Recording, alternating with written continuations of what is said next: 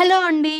ఇంట్లో మనం ఏం వెజిటబుల్స్ లేనప్పుడు ఏం చేయాలి అని ఆలోచిస్తుంటాం గదా!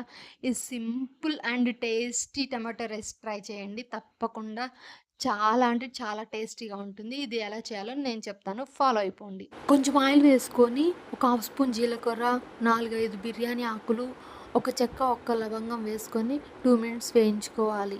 ఒక చెక్క, ఒక లవంగం అని మాత్రం ఎందుకంటున్నానంటే దాని గురించి నేను తర్వాత చెప్తాను. అండ్ కట్ చేసి పెట్టుకున్న ఆనియన్స్, పచ్చిమిర్చి అవి వేసుకొని ఒక 2 మినిట్స్ అవి కొంచెం కలర్ చేంజ్ అయ్యేంత వరకు వేయించుకోవాలి. అండ్ నేను ఇప్పుడు ఒక మసాలా వేస్తున్నాను. దీంట్లో ఏంటంటే 2, 3 చెక్క లవంగాలు, 3, 4 యాలుక్కాయలు, కొంచెం అల్లం, 4, 5 రెబ్బలు ఎల్లిపాయలు వేసి వాటిని దంచాను. అది ఆ పేస్ట్ అనమాట.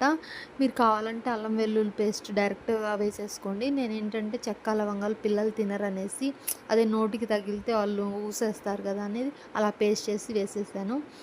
2 టమాటాలను తీసుకొని 4, 5 ఎండుమిరపకాయలు వేసి వాటిని మెత్తగా మిక్సీ పట్టేసుకోవాలి. ఆ మిక్సీ పట్టేసుకున్న దాన్ని అందులో వేసేసుకొని దాని పచ్చి వాసన పోయేంత వరకు బాగా కలుపుతూ, లేదంటే కింద అడుగంటిపోతుంది. దాన్ని బాగా కలుపుతూ ఉడికించుకోవాలి. కొంచెం ఉడికిన తర్వాత అందులో కొంచెం పసుపు, కొంచెం సాల్టు, కొంచెం కారం వేసుకోండి. నేనైతే ఒక్క స్పూన్ మాత్రమే వేసాను. మీరు కావాలంటే కొంచెం యాడ్ చేసుకోండి. అంటే స్పైసీగా తినేవాళ్ళు కొంచెం యాడ్ చేసుకుంటేనే బావుంటుంది.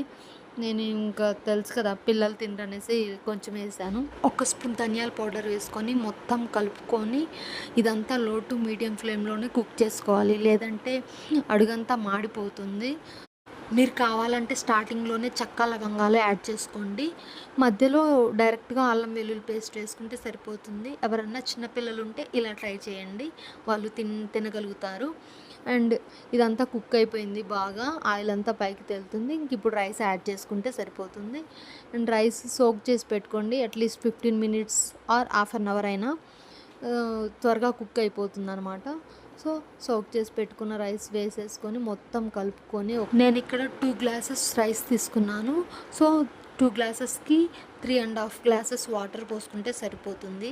నేను నానబెట్టుకున్నాను కాబట్టి ఆ వాటర్ సరిపోతుంది. మీరు డైరెక్ట్‌గా రైస్ వేసుకుంటే ఒక గ్లాస్‌కి 2 గ్లాసెస్ వాటర్ తీసుకోండి. మధ్యలో ఒకసారి కలిపేసేయండి. నేనైతే కుక్కర్‌లో వేసేసాను. సో, చూసారు కదా ఎంత ఈజీనో.